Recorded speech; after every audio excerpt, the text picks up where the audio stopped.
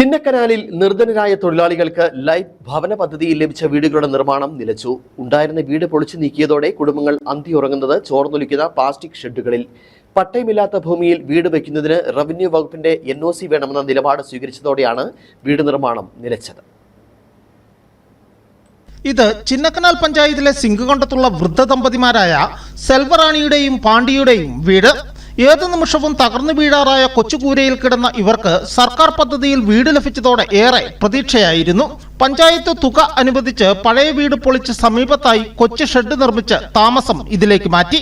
വീടിന്റെ നിർമ്മാണ പ്രവർത്തനം ആരംഭിക്കുകയും ചെയ്തു.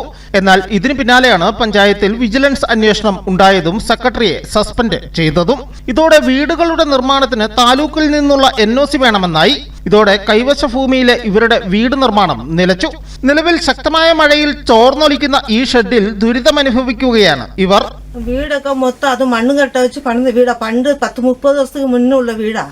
അപ്പൊ അത് പണിതുണ്ട്. മൊത്തം വീട്ടിലാണെങ്കിൽ മിറ്റം പുറത്തെങ്ങനെ കിടക്കുന്നു അതുപോലെ അകത്ത് കിടന്ന്. അപ്പൊ ഒരു ലോൺ തരാന്ന് പറഞ്ഞ് കൊല്ല വീടും പൊളിച്ച് കളഞ്ഞു മൊത്തം. ഇപ്പൊ ഈ ഷെഡ് വെച്ചാൽ താമസിക്കണേ ഞങ്ങള്. അതിപ്പോ ലോൺ തരികയല്ലെന്നാ പറയണേ.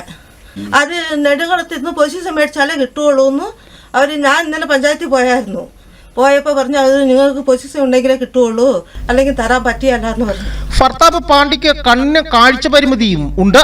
സമീപത്തെ ഏലത്തോട്ടങ്ങളിലും മറ്റും ജോലി ചെയ്താണ് നിത്യവൃത്തി കഴിച്ചുകൂട്ടുന്നത്.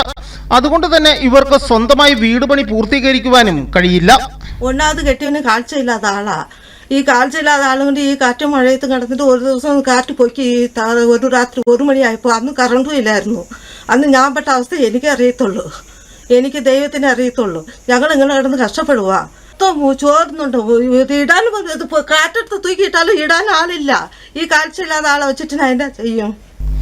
17 വർഷമായി സ്ഥിരതാമസക്കാരായ കുടുംബങ്ങൾക്ക് സർക്കാർ പദ്ധതിയിൽ വീട് വയ്ക്കുന്നതിന് സർക്കാർ അനുമതി നൽകിയിട്ടുണ്ടെന്ന് പറയുമ്പോഴും ചിന്നക്കനാലിലെ കൈവശ ഭൂമിയിൽ കിടക്കുന്നവർക്ക് ഈ ആനുകൂല്യവും ലഭിക്കുന്നില്ല. വിഷയത്തിൽ അടിയന്തര ഇടപെടലുണ്ടാകുമെന്ന പ്രതീക്ഷയോടെ കാത്തിരിക്കുകയാണ് ചിന്നക്കനാലിലെ നിരവധി കുടുംബങ്ങൾ.